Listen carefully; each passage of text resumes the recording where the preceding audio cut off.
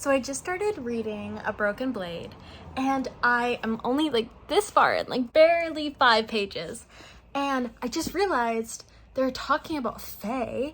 And if I know anything from book talk, is that fae are a very controversial topic. Either you love books with them or you hate books with them. And I'm very curious to see if I love this book or I hate this book. I'm kind of excited. Hello, editing Laura. I didn't introduce this book at all.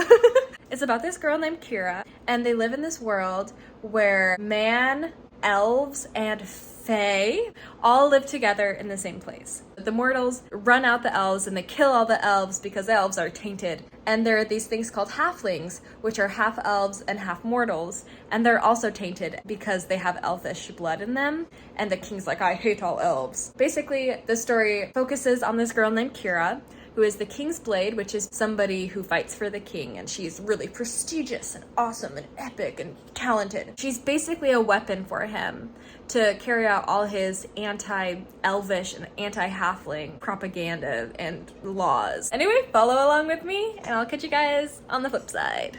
Ooh, Crown Prince Damien.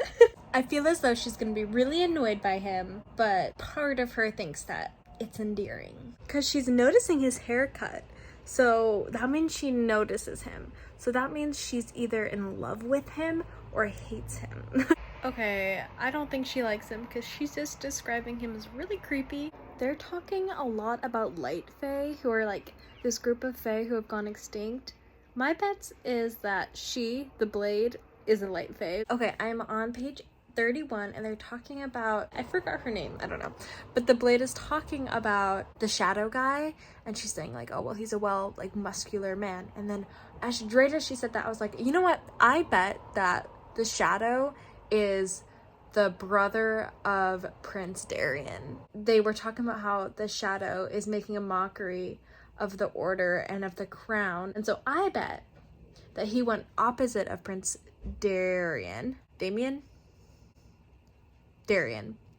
He was opposite of Prince Darien, and he said, you know what, I hate this, their system is rigged, and he became the vigilante shadow. I'm on chapter 4. What's her name? The Blade. She's like Robin Hood. Steal from the rich, give to the poor. It's also really interesting because this book deals with like alcoholism, which, especially as somebody in her position, you know, like a murderer, an assassin, against her will, like, of course she needs to rely on something. So I think it's really interesting that they decided to like make that choice. The writer, Melissa Blair. I think the forest of like oozing trees is really cool, because basically what happened was the land is magical, right? And plants can create magic. This forest is really magical, and the king was greedy, and he's like, let's chop down all those trees and harvest the magic. And then the trees were like, no, how dare they? And you know how plants, like if you cut a plant, it like lets out a little scream that we can't hear but other plants can hear? At least that's what I like learned on a podcast. This is how I imagine it went down. The plants, then when they were being cut down, they screamed their little plant screams, and then a different forest was like, oh god, they're coming for us. So they protected themselves by becoming like poisonous and fiery, and if you touch the plant, it'll scorch you. Now Kira is walking through that scorching forest. Knowing that the king would cut them too, the remaining trees retreated in on themselves, twisting their trunks into unusable knots, their magical leaves dropping in droves and scorching the ground, sap oozing from their bark, leaving vicious burns on anyone who dared to swing an axe. I hope she doesn't get burned. I wonder if I was in this book, what I would be. Like, would I be a halfling? Would I be a light fairy? I feel like I would be immortal. I feel like, knowing my luck, I would just be a regular little mortal. Oh my god. It's called Elfwrath. That's the world that they live in. It's Elfwrath. Elfwrath. Because the wraths of the elves will attack Elfwrath. Basically, the king exiled all the elves, and if he finds out you're an elf, you're killed. Or a halfling, you're sent to the army or killed. So, wow. I hope we see some wrath soon. She's fighting with the shadow. Do you want to know what's happening? What's happening? My main character, she's the blade for the king. And now she's facing off with the shadow, who's like the enemy to the kingdom. And you know what? And he's so big and strong. Literally my favorite. I love it. But basically, this guy's all like, do you dream of not serving the king? Because I think he wants to get her on his side. But our girl is a pessimist. And she's like, the thing about crowns is when one head falls, they're replaced by another. So we'll see how it goes. But I don't think he's going to woo her quite yet. And might I tell you, she is drunk off her mind while facing off with her biggest enemy in the world. We traded blows back and forth. With the wine, we were evenly matched. Guys, she just lost her anonymity. Anonymity? What?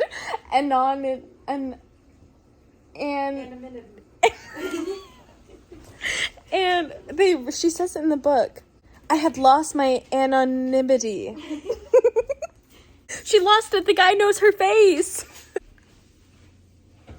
Now he's kissing her. But I feel like she doesn't want it. And I feel as though he's like under a curse or something.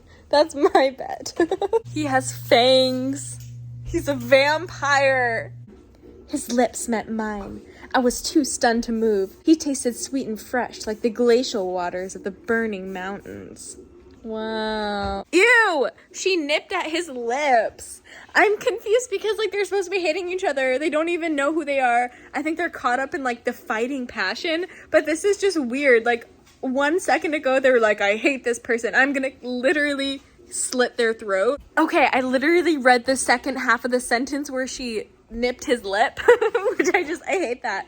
But she's slowly unsheathing the dagger at her hip, so I think she's just kissing him because she's like, I need to distract him. But then since he is like the same level of awesomeness as she is, he's probably doing the same thing. So let's see who gets to it first. Do you want to hear what he said? Yeah. Okay, so he was all like, they're all like, kissy kissy, and then she's all like, I'm gonna take my dagger and I'm gonna stab you.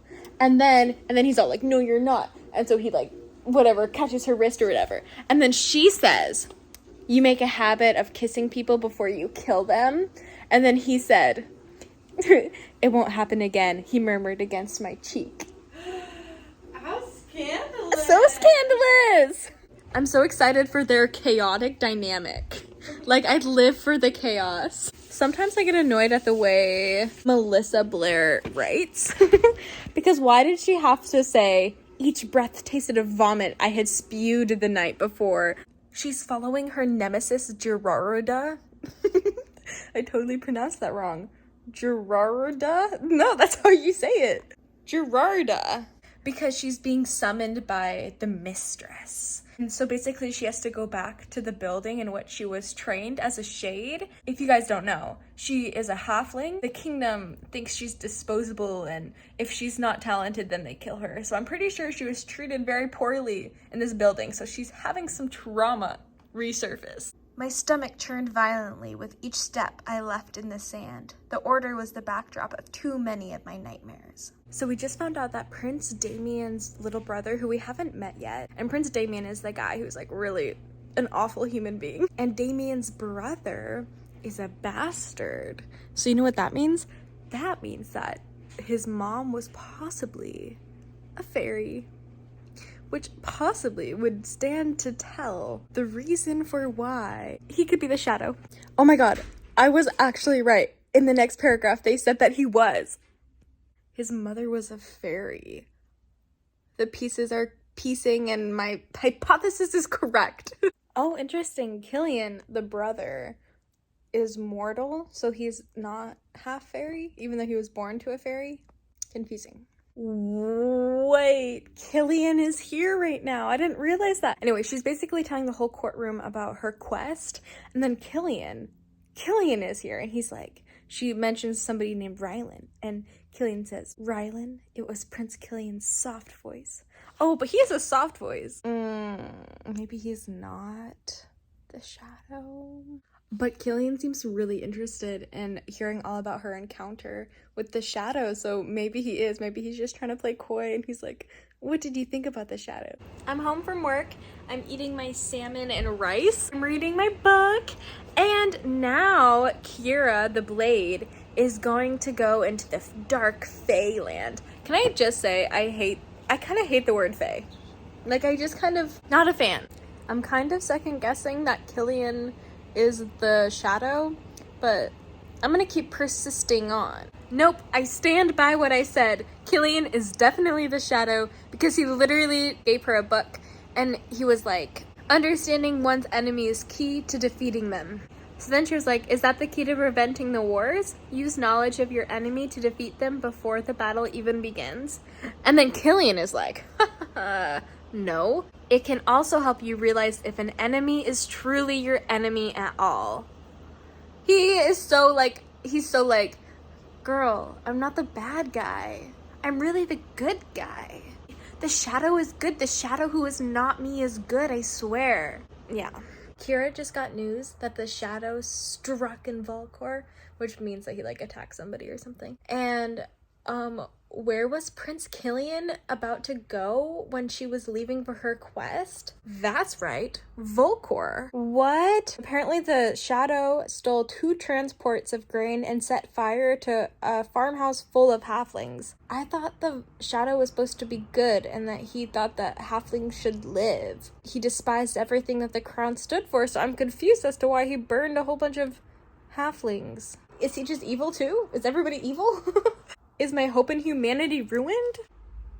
Kira, just shed some light on this situation. She is saying that there's no way the shadow killed the halflings like I thought, because he is a good guy. So Kira thinks that he took them somewhere and saved their lives from being enlisted in the army, because you either die or you are enlisted in the army. Wow. Alert. Kira just made it to the Faeland. So she's gonna go and find the dark fairies and fight them. So apparently the dark fairy prince guy knew she was in the dark fairyland the minute she stepped foot, because she was at this little tiny inn and this random person handed her a letter, and it was from the dark fairy prince guy saying, meet me at my palace tomorrow. So he knows she's here.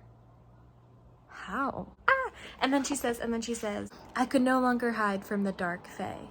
I would have to dance with them instead. I think that the shadow has been, like killing halflings and actually bringing them to the dark fairyland. So right now, Kira is at a ball at Lord Farron's palace tree. But Lord Farron is like king of the dark fae. Oh my god, the palace is gorgeous. She went to like the bathroom, and in the bathroom was literally a waterfall with like rose petals cascading down it. But basically she just had an encounter with somebody who's like, better watch your back. Not all of us are as accepting as Lord Farron. So we're gonna see if any drama comes of that. I literally can't vlog. The character who I was talking about just now, we learn is named Riven, and he is Lord Farron's nephew. But all the Fae are Lord Farron's nephew, because all the Fae are nephews and related to each other. So, his name is Riven, and he's all like, I hate everything. Riven's name is short for Riventh. But he has a dagger, so he's a runner-up for Shadow. I was wrong this whole time. This guy named Nikolai, who I didn't even think to bring up because he's just a random guy, he is totally the Shadow, because oh my god, so they're dancing, okay, and he's like a flirt, and he's like, ooh, like, you're so pretty, and then basically she's like, oh, it's like I could kill you if I wanted to, but like in a flirty way, I don't know. Yes, she said, I wouldn't finish that sentence or you will come to know just how deadly I am, Nikolai. I was no longer joking.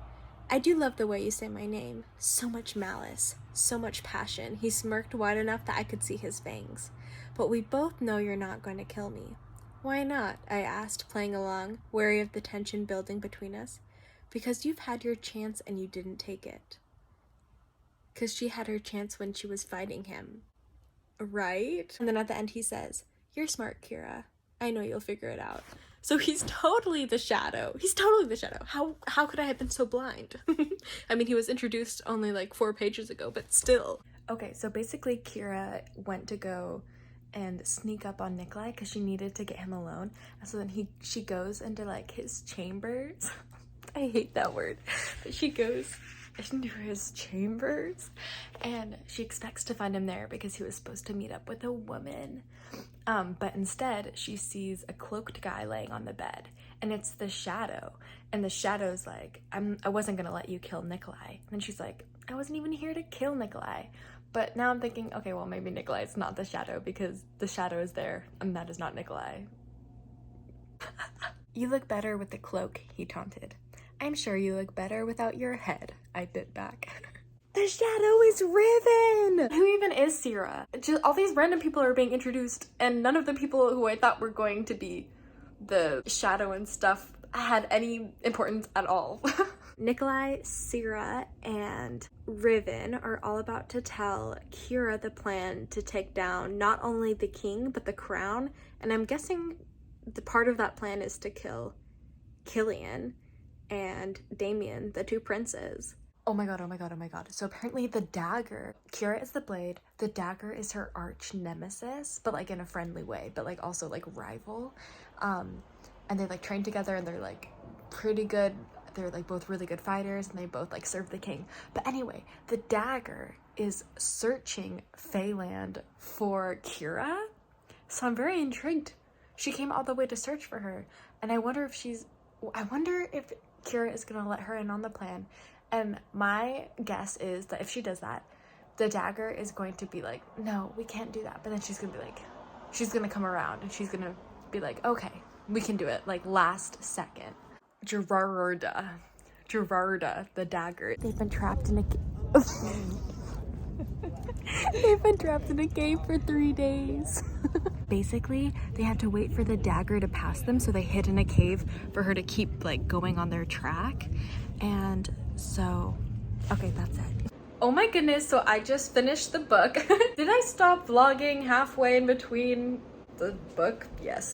But I just finished it, and it was a lot. First of all, the amount of nipped my lips that happened in that was far too many. Second of all, the amount of piercing eye direction. His eyes hungered for me. His eyes were violent. His eyes were ravaging. His eyes were blades that cut across me. This is Riven I'm talking about. And Riven is supposed to be the love interest, so why is he looking at you like you're a meal? And I get it. Some people are into that.